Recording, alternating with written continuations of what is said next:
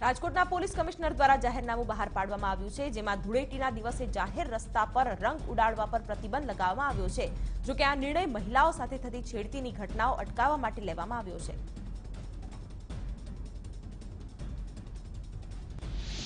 સુરતના બારડોલીમાં નહેરમાંથી eco car મળી આવી, જેમાંથી પોલીસને એક જ પરિવારના 4 લોકોના મૃતદેહ મળી આવ્યા। જો કે કારમાંથી મળી આવેલ પરિવાર તાપીના કપૂરા ગામનો હોવાનું જાણવા મળ્યું છે। પરિવાર ગુમ થયો હોવાની ફરિયાદ પણ પોલીસમાં દાખલ કરવામાં આવી હતી।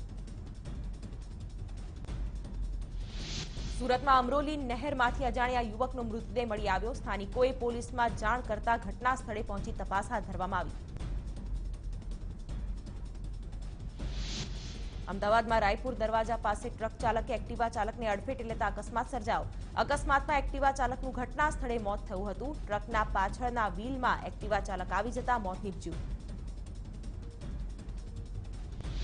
અમદાવાદમાં વિરમગામ સાણંદ હાઈવે પર જખવાડા ગામ પાસે જનપથ હોટલ સામે 2 કાર વચ્ચે અકસ્માત સર્જાયો। અકસ્માતમાં લખતર તાલુકા ભાજપ પ્રમુખ અજીતસિંહ રાણાનું ઘટના સ્થળે મોત થયું, તો અન્ય કારમાં સવાર 2 બાળકો સહિત 5 લોકો ઇજાગ્રસ્ત થયા। ઘાયલોને સારવાર માટે હોસ્પિટલમાં ખસેડવામાં આવ્યા। કેશોદમાં આવેલી મગફળીની મિલોમાં તસ્કરોએ તરખાટ મચાવ્યો। તસ્કરોએ જુદી જુદી 3 મિલોમાંથી 3.42 લાખના રોકડની ચોરી કરી। પોલીસે ફરિયાદના આધારે તપાસ હાથ ધરી। ગીર સોમનાથના ધામડેજ વિસ્તારમાંથી કુંજ પક્ષીઓનો શિકાર કરતા 4 આરોપીની ધરપકડ કરવામાં આવી છે। આરોપીઓએ 14 કુંજ પક્ષીઓને મોતને ઘાટ ઉતારી નાખ્યા હતા। વન વિભાગે આરોપીઓ સામે કાયદેસરની કાર્યવાહી હાથ ધરી છે। અમદાવાદના નરોડા પોલીસ સ્ટેશનમાં આર્મીના નામે ઓનલાઈન છેતરપિંડી કરી હોવાની ફરિયાદ નોંધાઈ છે। ફરિયાદમાં જણાવવામાં આવ્યું છે કે ઓનલાઈન સાઇટ પર બીએસએફના જવાન બની વેચાણ કરવામાં આવતું હતું, જેમાં આરોપીએ બાઇકના નામે યુવક સાથે છેતરપિંડી કરી।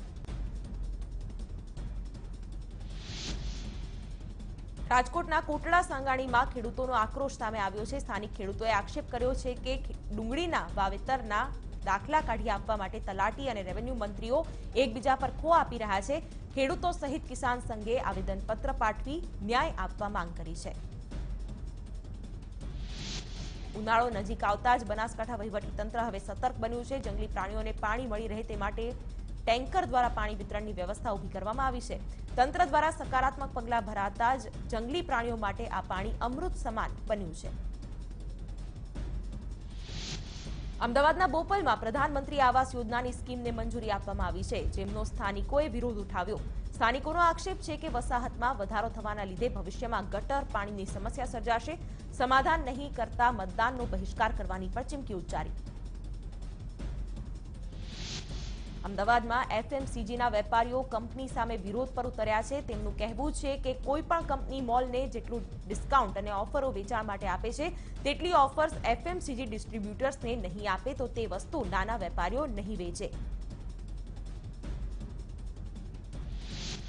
અમદાવાદમાં ઝાલાવાડ મૂર્તિપૂજક જૈન સમાજની ચૂંટણી રવિવારે યોજાઈ। સમાજનું પ્રતિનિધિત્વ કરવા માટે 2 અલગ અલગ પેનલના 23 ઉમેદવારો ચૂંટણીમાં ઉતર્યા છે। જો કે વિકાસ પેનલના ઉમેદવારો દ્વારા ચૂંટણી રોકવાના પ્રયાસો કરાયા હતા, પરંતુ મુખ્ય ચૂંટણી કમિશનર દ્વારા સ્થાનિક પોલીસને જાણ કરાતા ચુસ્ત પોલીસ બંદોબસ્ત ગોઠવી દેવામાં આવ્યો છે।